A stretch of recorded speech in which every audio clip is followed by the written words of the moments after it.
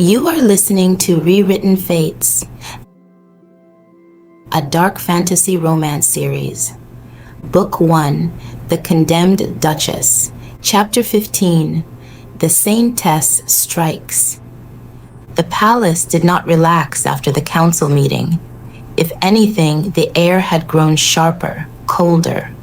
Word spread through these halls like a contagion. Nobles carried gossip the way soldiers carried daggers, hidden, honed, and ready for a backstab. By the time Alaric and I left the chamber, the narrative had already mutated. The condemned Duchess had survived the unfailable ritual. The Duke had defied the Holy Order. The King had blinked. In a royal court, uncertainty was more dangerous than an execution. Execution was an ending. Uncertainty was an invitation to a civil war. The western wing was quieter than usual as we walked. Not empty, just careful. Servants lowered their eyes as we passed, and guards stood with a rigid, unnatural posture. Several minor nobles lingering near the windows abruptly decided they had business in the opposite direction the moment they saw the Duke's face. I folded my arms, my silk sleeves rustling. "Well," I murmured, "it seems we've become very popular." Alaric didn't look at me. His stride was long and rhythmic. "That is not popularity, Elara." "Fear, then?" "Necessity," he corrected. "They are waiting to see which way the wind blows before they choose which side of the blade to stand on." We turned the corner into the private residential wing. The corridor ahead was a gallery of light, sunlight pouring through the tall windows and turning the marble floor into a sheet of white fire. And at the far end of the hall, waiting like a statue carved from ice, was Lyra. The Saintess stood alone, her white robes glowing faintly. The silver symbol at her throat caught a beam of sun, reflecting a sharp, stinging point of light against the wall. She looked serene, composed, radiant. It was an impressive mask, considering she had just tried to have me erased. Alaric slowed, then stopped. I stopped a half step behind him. "Well," I whispered, "that looks intentional." "It is." We stood there for a long moment. The corridor was a vacuum of sound. Then the Saintess smiled. "Duke Villainess." Her voice carried with the sweetness of a funeral bell. "And Duchess Elara." Alaric's posture shifted. It was subtle, a slight drop in his center of gravity, a tightening of the shoulders. He had gone still in the way a predator does before the pounce. "Saintess," he said, his voice flat. "I was hoping we might speak," she said, her hands tucked into her sleeves. "I find that hard to believe. I would like a private moment with the Duchess."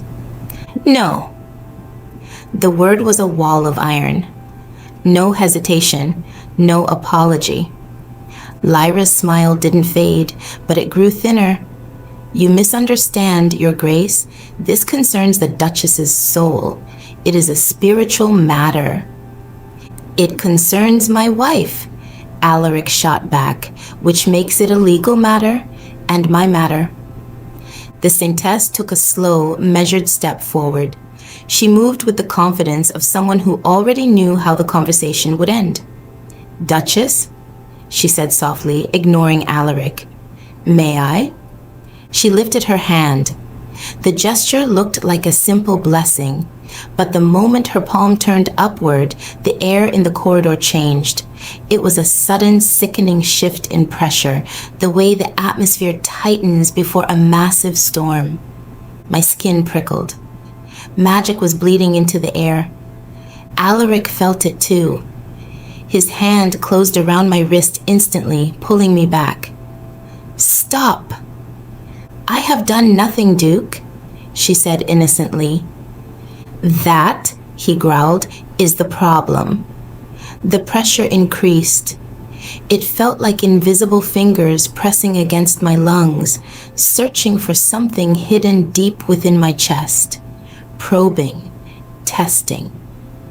You felt that during the ritual, didn't you, Elara? Lyra whispered. I didn't answer. I couldn't. The air was humming now, vibrating in my teeth. And then the pressure broke. But it didn't dissipate. It surged outward from me. Silver light flickered across the marble tiles, not a burst of flame, but a cold, liquid shimmer. It was faint, but in the bright corridor it was undeniable. The Saintess's eyes widened, not with fear, but with a terrifying, hungry satisfaction. You see? She whispered. That is exactly what I needed to confirm. Before I could breathe, the world shattered. A sharp crack echoed from above. One of the upper clear-story windows exploded inward, raining glass like diamonds onto the floor. Assassins! A guard screamed from the far end of the hall. Two figures in matte black leather dropped from the balcony above, blades already drawn.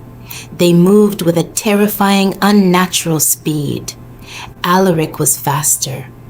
Steel sang as his sword cleared the scabbard. The first attacker lunged, his blade aimed at Alaric's throat. The Duke met him with a parry that sent sparks flying, stepped inside the man's guard and drove his blade through the assassin's chest in one fluid, brutal motion. The second assassin ignored the Duke. He swung toward me. Time slowed. I saw the edge of the blade, the dark mesh of the man's mask, the desperation in his eyes. I tried to move, but the silver light surged again, brighter, colder. The assassin froze. His blade hovered inches from my shoulder, trembling against an invisible resistance. He looked confused, his muscles straining against a force he couldn't see. Alaric didn't give him a second to wonder. He spun, his blade a blur of silver and red, and the second assassin collapsed to the marble. Silence returned, heavy and smelling of blood and ozone. The guards rushed forward, weapons drawn, but it was over. Alaric turned slowly toward the Saintess. She hadn't moved, not during the magic, not during the slaughter. She stood there, watching the bodies with a clinical interest. You arranged this, Alaric said, his voice a low, terrifying vibration. I arranged an opportunity, she replied calmly. You sent killers into my home. I allowed the truth to defend itself. She looked at me, then down at the silver light still dancing around my feet like a dying heartbeat. If the Duchess carries the silver blood, Your Grace, the court deserves more than a duke's word. It deserves proof. The Duke stepped toward her, his sword still dripping. You crossed a line, Lyra. There is no coming back from this. The Saintess didn't flinch. She simply looked at the silver light and smiled. The silver bloodline has awakened.